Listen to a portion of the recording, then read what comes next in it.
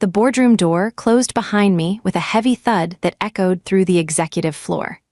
12 faces stared at me from around that polished mahogany table, the same faces that had escorted me out of the building 3 months ago with a cardboard box and a security guard at my elbow. The interim CEO, Roland Fisher, cleared his throat. His hands trembled slightly as he slid the contract across the table toward me. The number at the bottom made my breath catch, $850,000 annually. Exactly 10 times what they'd been paying me when they terminated my employment for insubordination and failure to support company initiatives. Behind Roland, the wall screen displayed the damage report in cold, clinical numbers. $12.3 million in ransomware payments, recovery costs, regulatory fines, and lost business. All because they wouldn't approve my $300 request for enhanced authentication tokens 3 months earlier. All because they insisted I hand over master architecture passwords to someone who had no business possessing them. All because I said no to the CEO's nephew. Welcome to the Payback Office channel, where corporate karma comes full circle and the truth always finds its way to the surface. If stories about standing your ground and watching justice unfold resonate with you, hit that subscribe button. We're building a community of 6,000 strong who believe in accountability, and your support helps us share these stories with everyone who needs to hear them. My name is Katherine Hayes, and for 18 years, I served as Director of Enterprise Security Architecture at Titan Point Solutions, a mid-sized tech firm headquartered in Austin, Texas. We specialized in cloud infrastructure management for healthcare organizations, which meant we handled some of the most sensitive data imaginable: patient records, treatment protocols, pharmaceutical research. The kind of information that, if compromised, didn't just cost money. It cost lives, reputations, and futures. I didn't come from wealth or connections. My father worked maintenance at a hospital in Galveston, and my mother cleaned houses to help make ends meet. Growing up, I watched my parents treat everyone with the same respect, whether they were talking to a janitor or a surgeon. They taught me that everyone deserves dignity, that kindness costs nothing, and that the right thing isn't always the easy thing. Those lessons shaped everything about how I approached my career. I never forgot what it felt like to be overlooked, to have people assume you didn't matter because of your title or your paycheck. So when I built security teams, I built them with people who might not have had Ivy League degrees but had sharp minds and stronger ethics. When I designed systems, I designed them to protect everyone equally, from the C-suite executives to the night shift data entry clerks. Empathy wasn't a weakness in security work. It was the foundation, because understanding people, their motivations, their pressures, their breaking points, that's how you build systems that actually protect against human failure. And human failure, as I was about to learn in the most expensive way possible, was exactly what Titan Point Solutions was about to experience. My name is Katherine Hayes, and for 18 years, I served as Director of Enterprise Security Architecture at Titan Point Solutions, a mid-sized tech firm headquartered in Austin, Texas. We specialized in cloud infrastructure management for healthcare organizations, which meant we handled some of the most sensitive data imaginable: patient records, treatment protocols, pharmaceutical research. The kind of information that, if compromised, didn't just cost money. It cost lives, reputations, and futures. I didn't come from wealth or connections. My father worked maintenance at a hospital in Galveston, and my mother cleaned houses to help make ends meet. Growing up, I watched my parents treat everyone with the same respect, whether they were talking to a janitor or a surgeon. They taught me that everyone deserves dignity, that kindness costs nothing, and that the right thing isn't always the easy thing. Those lessons shaped everything about how I approached my career. I never forgot what it felt like to be overlooked, to have people assume you didn't matter because of your title or your paycheck. So when I built security teams, I built them with people who might not have had Ivy League degrees but had sharp minds and stronger ethics. When I designed systems, I designed them to protect everyone equally, from the C-suite executives to the night shift data entry clerks. Empathy wasn't a weakness in security work. It was the foundation, because understanding people, their motivations, their pressures, their breaking points, that's how you build systems that actually protect against human failure. And human failure, as I was about to learn in the most expensive way possible, was exactly what Titan Point Solutions was about to experience. April 15th started like any other Tuesday. I arrived at the office at 6:47 a.m., coffee in hand, ready to review the overnight security logs before the morning team meeting. Our systems monitored network activity across 43 client healthcare organizations, protecting data for over 2 million patients.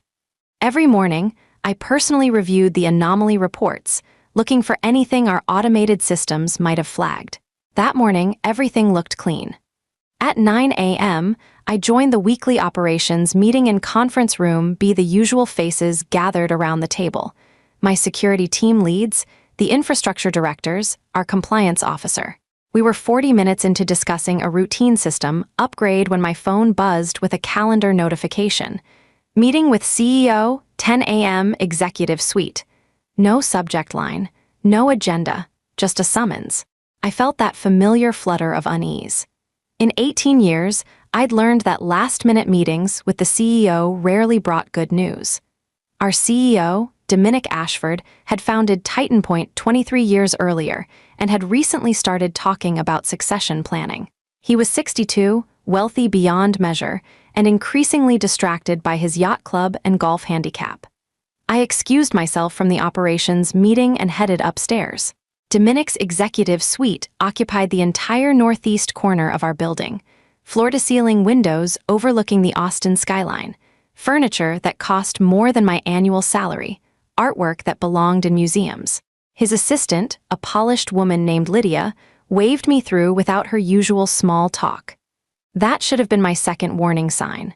I entered to find Dominic behind his massive desk, and standing beside him, a young man I'd seen exactly twice before at company events.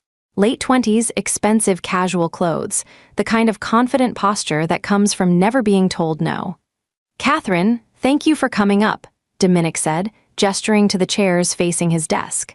"I believe you've met my nephew, Tyler Ashford." I nodded politely. "Briefly, at the holiday party." Tyler gave me a smile that didn't reach his eyes. "Good to see you again, Katherine. Tyler's going to be joining our team," Dominic continued, leaning back in his leather chair with the satisfaction of someone delivering good news. "He's finished his degree in computer science from UT, and I think it's time he learned the business from the inside. Really got his hands dirty with how we operate." Every instinct I'd honed over nearly 2 decades suddenly went on high alert. The phrasing, "got his hands dirty," the lack of any formal interview process, the private meeting rather than an HR introduction. "What role are you considering for him?" I asked carefully. "That's exactly what I wanted to discuss with you," Dominic said. "Your security team is the heart of our operation. Everything runs through your systems. I want Tyler embedded there, learning our architecture from the ground up. Full access, complete immersion. Think of it as an intensive training program." The temperature in that opulent office seemed to drop 10 degrees. "Full access," I repeated slowly. "To our security architecture." "Exactly." Dominic smiled like he'd just solved a puzzle. "You'll have a shadow for the next few months. Tyler's bright, he's motivated, and he's family. I can't think of better hands for him to be in." Tyler leaned forward, elbows on his knees, that same shallow smile fixed in place. "I'm really excited to learn from the best, Katherine. Uncle Dom's told me how you basically built the entire security infrastructure here." The flattery felt rehearsed, mechanical. I'd been in tech long enough to recognize the difference between genuine interest and entitlement wearing a mask. "I appreciate the confidence," I said, directing my words to Dominic. "But security architecture isn't something we can approach casually. We're dealing with HIPAA-protected information, compliance frameworks, regulatory oversight. Every person with access to our systems has to be properly vetted, trained, and certified. It's not just company policy, it's federal law." Dominic's smile tightened slightly. "Tyler has a degree in computer science. He's not exactly coming in off the street. A degree is an excellent foundation," I acknowledged, "but what we do requires specific certifications. CISSP, CISM, security clearances. The healthcare data we protect has strict access requirements. I'd be happy to develop a training pathway for Tyler, starting with foundational security principles, working toward the necessary certifications." How long would that take? Tyler interrupted, his tone sharpening.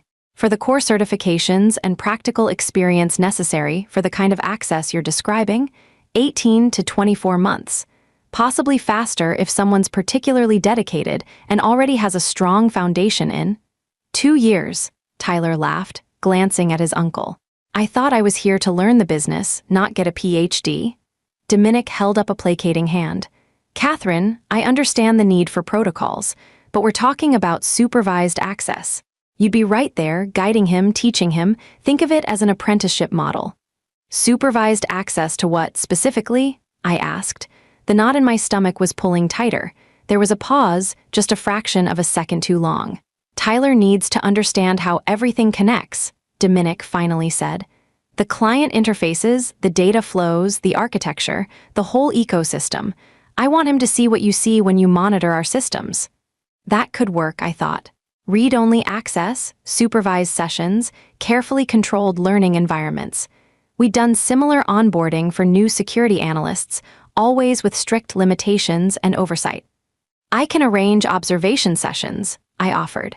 Tyler can sit in on security reviews, attend team meetings, review sanitized case studies. We can build a comprehensive learning experience within appropriate access boundaries. He'll need login credentials, Dominic said flatly. Administrative access. I want him in the systems, Katherine, not watching from the sidelines. The room felt like it had run out of oxygen. Administrative access to our security systems, I said slowly, making sure I understood correctly. For someone with no security certifications, no background checks, no compliance training, and no hands-on experience in healthcare data protection. When I laid it out like that, the absurdity of the request hung in the air between us. Tyler's expression hardened. The friendly mask slipped. Are you saying I'm not qualified? I'm saying that the position you're describing requires qualifications that take time to develop, I responded evenly. This isn't about you personally. It's about regulatory compliance and data protection. We have legal obligations. What I'm hearing, Tyler cut me off, is a lot of excuses about why you can't do what my uncle is asking you to do. Dominic shifted in his chair, and I could see the calculation happening behind his eyes. He was a businessman first, used to making decisions and having them executed without pushback. My resistance was becoming inconvenient. Katherine, you're overthinking this, he said, his voice taking on the gentle but firm tone of someone losing patience. Tyler isn't going to be operating independently. He'll be working under your direct supervision. You'll be responsible for what he accesses and what he does with that access. Think of it as extending your own credentials to include a trainee. That's not how credentials work. That's not how any of this works. With respect, that's not how security architecture functions, I said. Individual access is tied to individual accountability. If Tyler has administrative credentials, he can access systems whether I'm supervising or not. He could log in at midnight from his apartment, and our systems would grant him the same access as me. That's why we have strict policies about who receives those credentials. Then give him limited administrative access, Dominic said, waving his hand dismissively. Whatever level you think is appropriate for learning. There's no such thing as limited administrative access to master architecture, I explained, feeling like I was trying to describe color to someone who decided not to see. It's binary. Either you have the keys to the entire kingdom, or you don't. The systems Tyler would need to access to understand how everything connects are the same systems that control security protocols for 2 million patient records across 43 healthcare organizations. Tyler stood up abruptly, shoving his hands in his pockets. This is ridiculous. Uncle Dom, you said she'd set me up with what I needed. I've been here for 20 minutes and all I'm hearing is reasons why she can't do her job. Something ugly flickered across his face, the expression of someone unused to being denied anything. Katherine, Dominic's voice had lost all warmth. I'm not asking you to compromise our security. I'm asking you to onboard a new team member with the access necessary to do his job. This is a standard request that I, as CEO, am making to you as an employee. I'm confident you can find a way to make this work within whatever frameworks you need to maintain. The threat was implicit but crystal clear. Find a way or find yourself in a difficult position. I took a slow breath, choosing my next words carefully. I can make this work with the proper process. Tyler submits to a background check, completes our security fundamentals training, passes the assessment, and receives supervised, escalating access as he demonstrates competency. I can fast-track the timeline, have him in systems with appropriate access levels within 2 weeks. But I cannot, and will not, grant master architecture access to anyone who hasn't met our certification and compliance requirements. Not for Tyler, not for anyone. The silence that followed felt like standing on a cliff edge. Dominic stood slowly, buttoning his suit jacket with deliberate precision. When he spoke, his voice was ice. Let me be absolutely clear. Tyler starts Monday. He will have the access necessary to learn our systems comprehensively. You will provide whatever credentials, passwords, and system access he needs to do that. This is not a request, Katherine. This is a directive from the CEO of this company. My heart was hammering, but my voice stayed steady. Then, I need that directive in writing, along with your acknowledgement that I've informed you of the compliance violations and security risks. I'll also need legal to sign off on the HIPAA implications, and our insurance carrier to confirm we're still covered if there's a breach related to improperly credentialed access. Tyler made a disgusted sound. You've got to be kidding me. I'm protecting the company, I said, meeting Dominic's stare. That's my job. That's what you've paid me to do for 18 years. If you want to override security protocols, that's your right as CEO. But I need the liability properly documented. Dominic's jaw clenched. You're being deliberately obstructionist. I'm being deliberately careful with systems that protect 2 million people's most sensitive information. Maybe you're just threatened by someone young and educated coming into your territory, Tyler said, his tone dripping with contempt. Scared you'll be obsolete once someone who actually understands modern systems gets in there. I didn't take the bait. I kept my eyes on Dominic. I'll await the written directive and legal approval. Until then, I'm happy to begin Tyler's onboarding through our standard protocols. Dominic's face had gone red. You're dismissed, Katherine. I stood, nodded professionally, and walked out of that office knowing I'd just painted a target on my back. But I also knew I'd done exactly what my 18 years of experience, my ethical obligations, and my responsibility to millions of vulnerable people required me to do. I'd said no to power. And power doesn't forget. The written directive never came.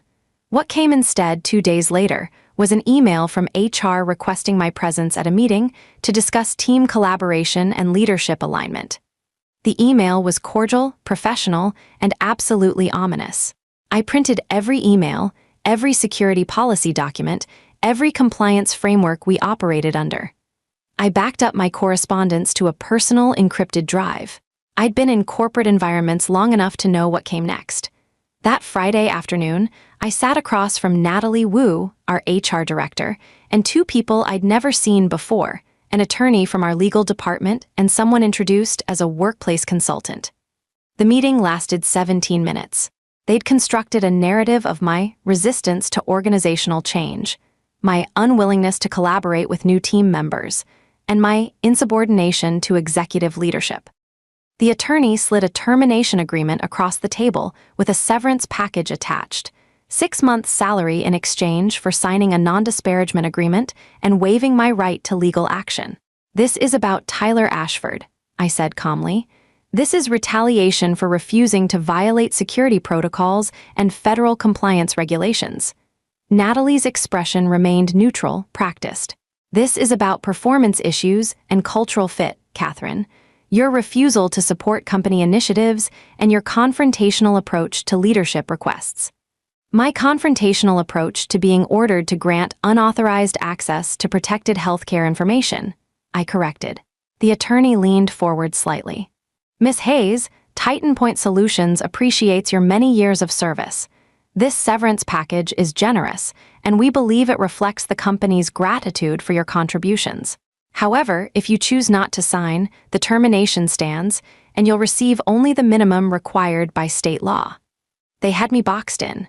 Fight and leave with nothing but legal bills, or take the money and sign away my voice. I thought about my parents. My father who'd been let go from jobs for speaking up about safety violations.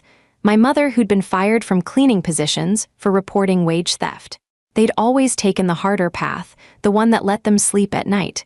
"I need to review this with an attorney," I said.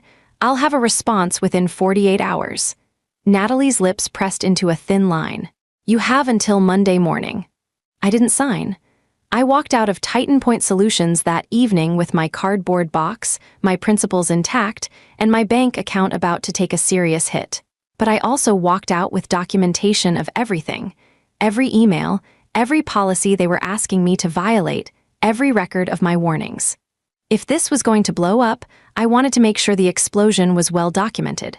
Tyler Ashford started the following Monday with full administrative access to Titan Point's security architecture.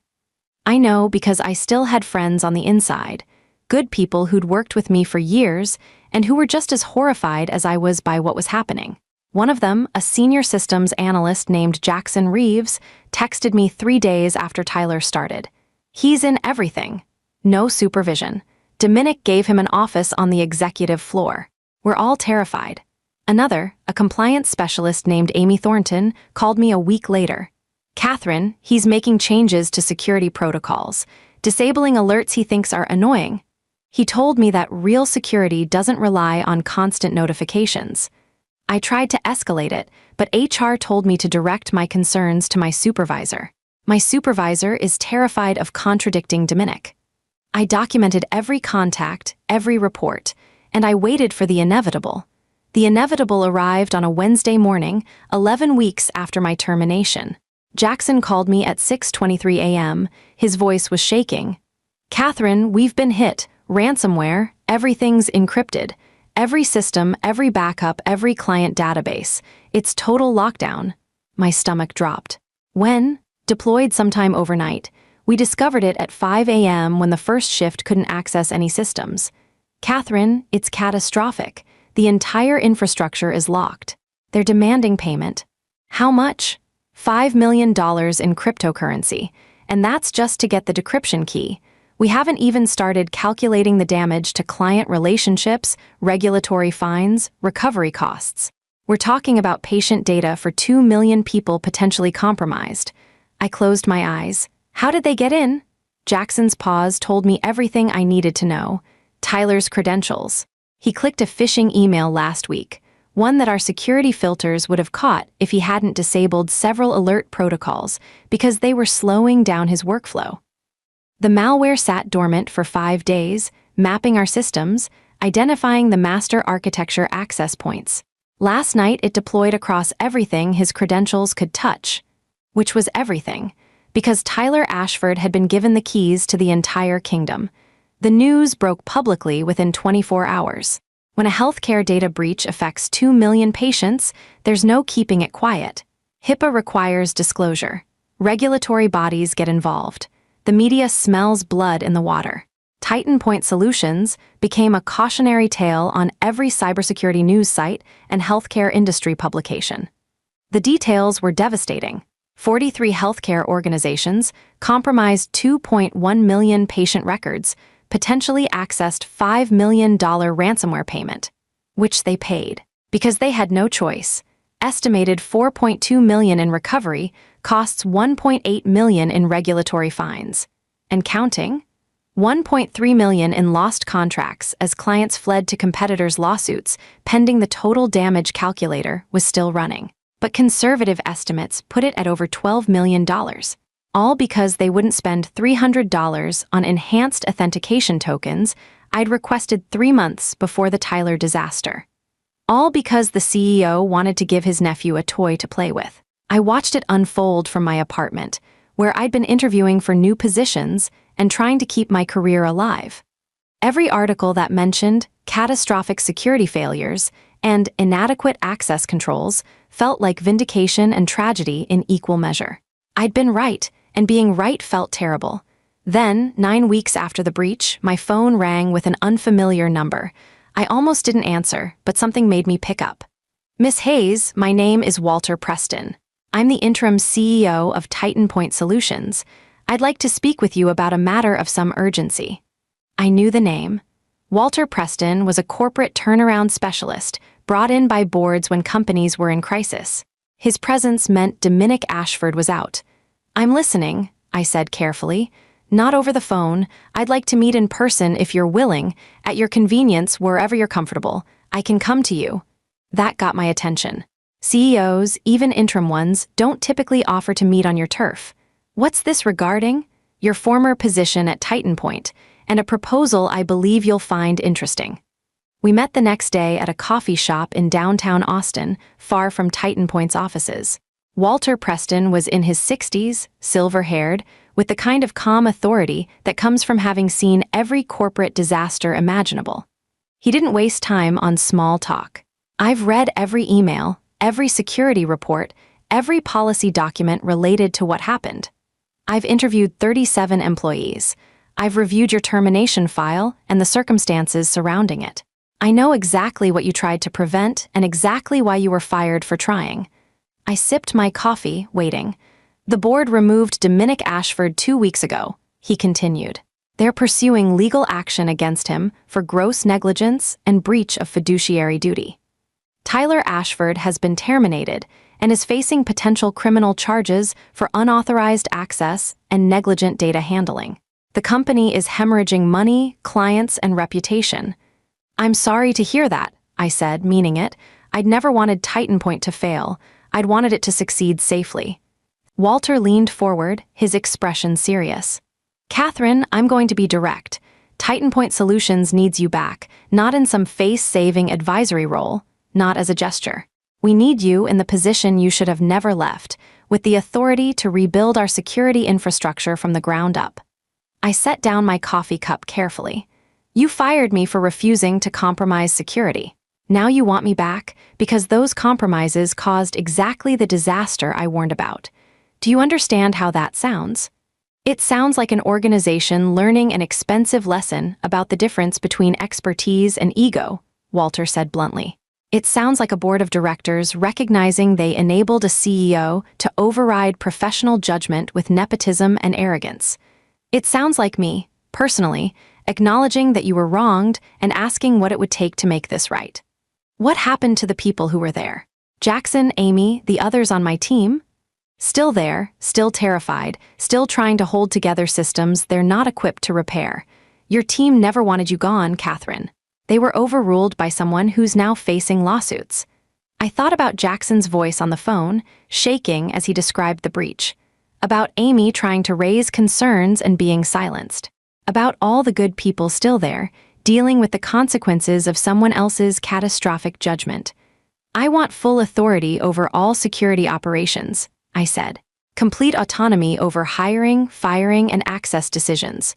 No one, not you, not the board, not anyone, overrides my security determinations.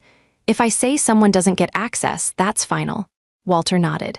Done. I want it in writing, in my contract, with termination clauses that protect me if anyone tries to circumvent security protocols again. Reasonable. I want a public acknowledgement that my termination was wrongful and directly related to my refusal to violate security protocols. He hesitated on that one. That exposes the company to additional liability.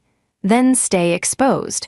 I'm not coming back under a cloud of performance issues and cultural fit. Either you publicly acknowledge what happened, or you find someone else to clean up this disaster. Walter studied me for a long moment. You're not making this easy. Easy doesn't protect patient data. Easy doesn't prevent breaches. Easy got you $12 million in damages. A slight smile crossed his face. Fair point. I'll need to discuss the public statement with the board and legal, but I'll push for it. What else? Salary. I was making $85,000 when you terminated me. That's insulting for the position's responsibilities, even before you add in wrongful termination. What number would you consider fair? I'd thought about this. I'd run the calculations, researched the market rates for director-level security positions at similar companies, factored in the damage control they were asking me to do. $850,000 annually, I said calmly. 10 times my previous salary, plus stock options, full benefits, and a guarantee that if I'm asked to leave for any reason other than gross misconduct, I receive 2 years severance. Walter's eyebrows rose slightly. That was the only indication I'd surprised him. That's a significant increase. You're asking me to rebuild security infrastructure for a company that's now a known breach target. Every hacker who read about your ransomware attack knows you're vulnerable. You need someone who can operate under that spotlight, restore client confidence, navigate regulatory scrutiny, and prevent the next attack. That expertise has a market value. I'm pricing myself at that value. And if the board considers it too high, then they can hire someone for less and hope they don't have another catastrophic breach while that person learns on the job.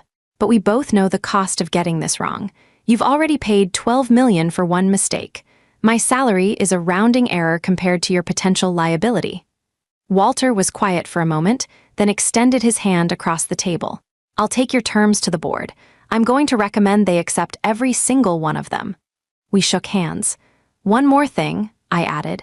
Jackson Reeves and Amy Thornton get raises and official recognition for trying to raise concerns during the Tyler situation. They did the right thing and were ignored. That doesn't happen again on my watch. Agreed. The board meeting happened 3 days later. Walter called me that evening with the news they'd accepted every condition.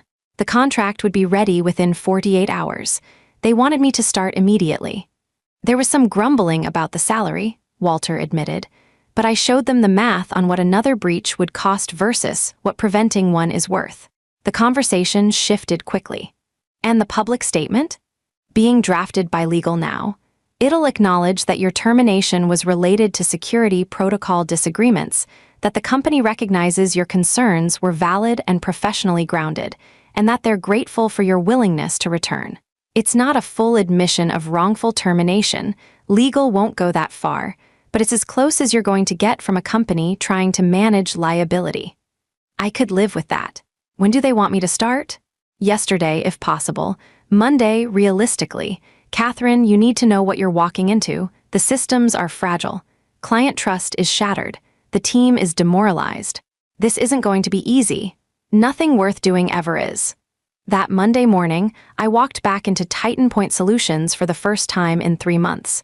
The building looked the same, but everything else had changed. Security had been moved from the 3rd floor to the executive suite, a physical manifestation of how seriously the board was taking it now. My new office was the one that had belonged to Tyler Ashford during his brief, catastrophic tenure. I had them clear out everything and start fresh. Jackson was the first person who came to see me. He stood in my doorway looking exhausted, relieved, and slightly like he couldn't believe I was real. "You came back," he said. "You stayed," I replied. "That took more courage." He stepped inside and closed the door. "Katherine, it's bad, worse than the public reports. We lost 14 clients outright. Another 9 are in probationary relationships where one more incident ends the contract. Our insurance premiums have tripled, and we're still finding security holes that Tyler created, disabled protocols, overridden safeguards, custom backdoors he built because he thought he was being clever." I pulled out a notepad. "Start from the beginning. I want every detail." We worked through lunch, through dinner, into the evening. Jackson walked me through the full scope of the damage, not just the ransomware attack, but the dozens of smaller vulnerabilities Tyler had introduced through arrogance and ignorance. Every disabled alert, every modified protocol, every shortcut he'd taken because proper security felt like an inconvenience. Amy joined us around 7 p.m. with Chinese takeout and her own list of compliance nightmares. The regulatory investigations, the client audits, the certification reviews we were now failing. "We're facing potential decertification from 3 major healthcare standards bodies," she said, spreading documents across my desk. "If that happens, we can't legally handle patient data anymore. The company effectively ceases to exist in our current form." "Timeline?" I asked. "We have 90 days to demonstrate comprehensive security remediation and prove we've addressed the systemic failures that led to the breach.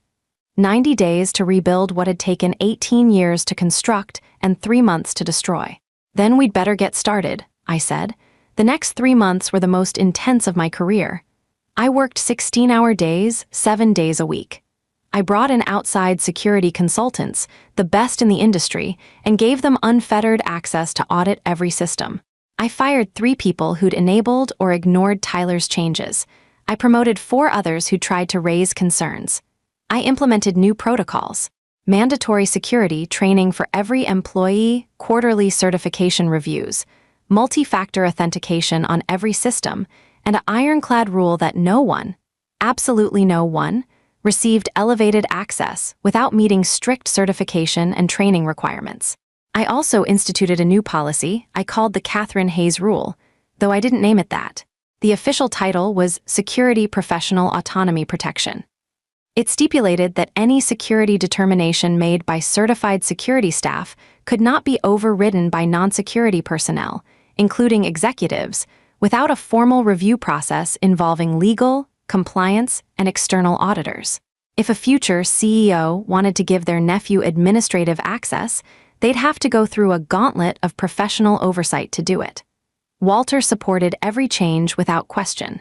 When executives complained about the new protocols being too restrictive or slowing down operations, he shut them down with a simple question. Would you like to explain to the board why convenience is more important than preventing another $12 million breach? That tended to end the discussion. 60 days in, we passed our first major recertification audit. The auditor, a stern woman named Francine who'd been in cybersecurity longer than I'd been alive, spent 4 days examining our systems before delivering her report. 3 months ago, you were the worst security failure I'd reviewed in my career, she told the board in her final presentation. Today, you're implementing some of the most robust protocols I've seen in the healthcare data sector. If you maintain this trajectory, you won't just recover, you'll become an industry standard for breach recovery and security excellence. Walter looked at me across the conference room table. I saw relief, vindication, and something that looked like respect. The 90-day deadline came and went. We passed every certification review, satisfied every regulatory requirement, and demonstrated comprehensive security remediation. 2 clients who'd left came back. 3 new ones signed on, specifically citing our renewed commitment to security excellence as the deciding factor. 6 months after I returned, Titan Point Solutions was profitable again, not at pre-breach levels, but recovering steadily. The stock price stabilized. The lawsuits began settling. The company survived, and I sat in my office on the executive floor, earning 10 times what they'd paid me to do the same job because they'd learned the hard way that expertise isn't expendable. One afternoon, about 8 months after my return, Walter stopped by my office. He was preparing to transition out. The crisis had passed, a permanent CEO was being hired, and his work was complete. I wanted to thank you, he said, settling into the chair across from my desk. You saved this company, you know that, right? I just did my job, I said, the job I was trying to do before. That's my point. You were always doing your job. They just didn't appreciate what that job was worth until they lost it. He paused. I've been doing corporate turnarounds for 23 years. I've seen every kind of failure imaginable. You want to know what the most common one is? People. People with power who think expertise is insubordination. Leaders who surround themselves with yes men and silence the voices telling them uncomfortable truths. That's what destroyed Dominic Ashford. Not market conditions, not bad luck, arrogance, the belief that his authority superseded everyone else's expertise. What happened to him? I asked. I'd heard rumors but nothing concrete. Legal settlement. He paid substantial damages to the company and resigned all positions. No jail time, but his reputation is finished. He'll never run another company. Walter stood, extending his hand. You, on the other hand, are going to have recruiters beating down your door when word gets out about what you accomplished here. We shook hands. I'm not going anywhere. We're not done rebuilding. He smiled. I was hoping you'd say that. A year after the breach, I was invited to speak at a national healthcare cybersecurity conference. They wanted me to present on security recovery and organizational culture change. I almost declined. Public speaking wasn't my strength, and the story was still raw. But then I thought about every other Katherine out there, every security professional being pressured to compromise protocols for convenience, every expert being told their concerns were obstructionist or not team players. I accepted the invitation. Standing in front of 300 cybersecurity professionals, I told the story. Not to shame Titan Point, they'd learned and changed, but to illustrate what happens when organizations forget that security isn't optional. The cost of prevention will always look expensive. I said to that room full of tired, underappreciated professionals, until you calculate the cost of failure. My company paid $12 million to learn that lesson. Your organizations don't have to. The applause that followed wasn't for me. It was for every person in that room who'd been told no when they asked for resources, who'd been overruled by executives who didn't understand the stakes, who'd been fired for drawing lines in the sand. Afterward, a young woman approached me, mid-20s, nervous energy, the kind of sharp intelligence that reminded me of myself at that age. "I'm being pressured to grant admin access to someone who isn't qualified," she said quietly. "My boss says I'm being difficult. I'm scared I'll lose my job." I handed her my business card. "Document everything. Stand your ground. And if you need a reference or someone to testify about industry standards, call me." Her eyes filled with tears. Thank you," I replied, "for being difficult, for caring more about doing it right than doing it easy. That's not a flaw, that's integrity." I still work at Titan Point Solutions. My salary is now $875,000. They gave me a raise when the new CEO came in and saw what I'd built. I have a team of 26 people, every one of them properly certified and trained. We haven't had a single security incident in 18 months. Sometimes I walk past the conference room where Dominic Ashford ordered me to compromise everything I'd built for 18 years, where Tyler smirked and called me threatened and obsolete, where I drew a line and lost my job for it. And then I remember the boardroom 3 months later, where 12 executives who'd failed their way into crisis signed a contract for 10 times my original salary because they finally understood what I'd been trying to tell them all along. Some lessons cost $300 to learn. Others cost $12 million. The price difference is usually determined by how willing you are to listen to the people who know what they're talking about. My name is Katherine Hayes. I'm the Director of Enterprise Security Architecture at Titan Point Solutions. And I'm still here, still protecting patient data, still drawing lines, still refusing to make security convenient at the expense of making it effective. Because some of us understand that the right thing isn't always the easy thing. And some of us learned that from parents who cleaned houses and fixed hospital equipment and taught us that everyone deserves dignity, respect, and protection, whether they're executives in corner offices or patients trusting us with their most vulnerable information. That's not a security protocol. That's a principle. And principles aren't negotiable. If this story resonated with you, if you've ever stood your ground against pressure to compromise your principles, hit that subscribe button. The Payback Office channel is built on stories of accountability, integrity, and the long arc of justice bending toward the people who refuse to bend their ethics. Your subscription helps us share these stories and build a community that believes standing firm is worth the cost. Thanks for being here, and remember, the right thing isn't always the easy thing, but it's always worth doing.